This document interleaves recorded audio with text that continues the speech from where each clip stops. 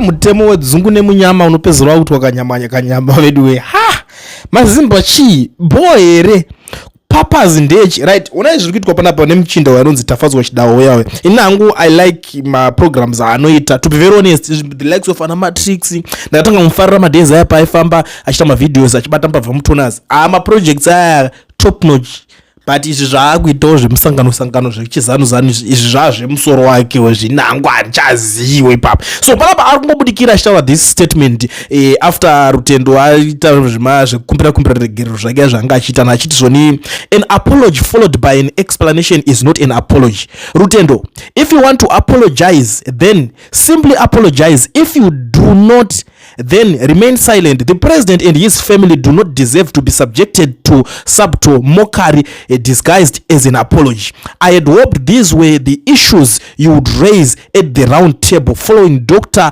Tungwarara's gracious gesture. Instead, you seem determined to portray yourself as being more clever than everyone else. That approach will not serve you well in the long run. I can guarantee you that. Ndo statement report kupindurwa rutaurwa na Tafadzwa Chidawa. But one thing that I like about Rutendo abatonyararidza atobata muswe wemunhu ipapo mababa vanodonha newe zvavo vakomana vacho and I like that. Vakomana rambai muchidonha nemunhu kwamuri ikoko.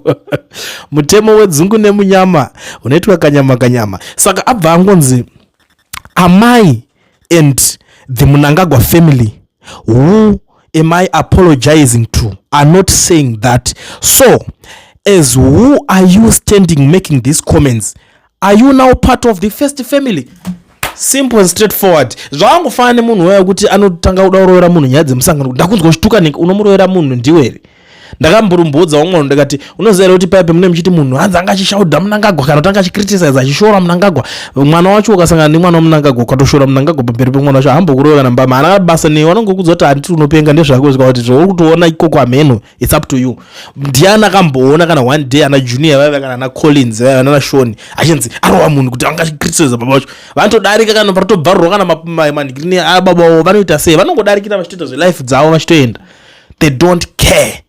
But kuti wanhu twedzvene utwo hakomanaka I don't think ariyo masapotere amunoita kana kuti the way yamunochengetedza hama neshamwari nana baba venyuka dai kuma families kwenyuko musingatombodhererwe dai ana baba venyu vasingarowe kumabhawako but tarisa zvavari kuitwa the way yavari kurarama vari imi dzungu dongodaira nyaya gandiende zvangu munodzungu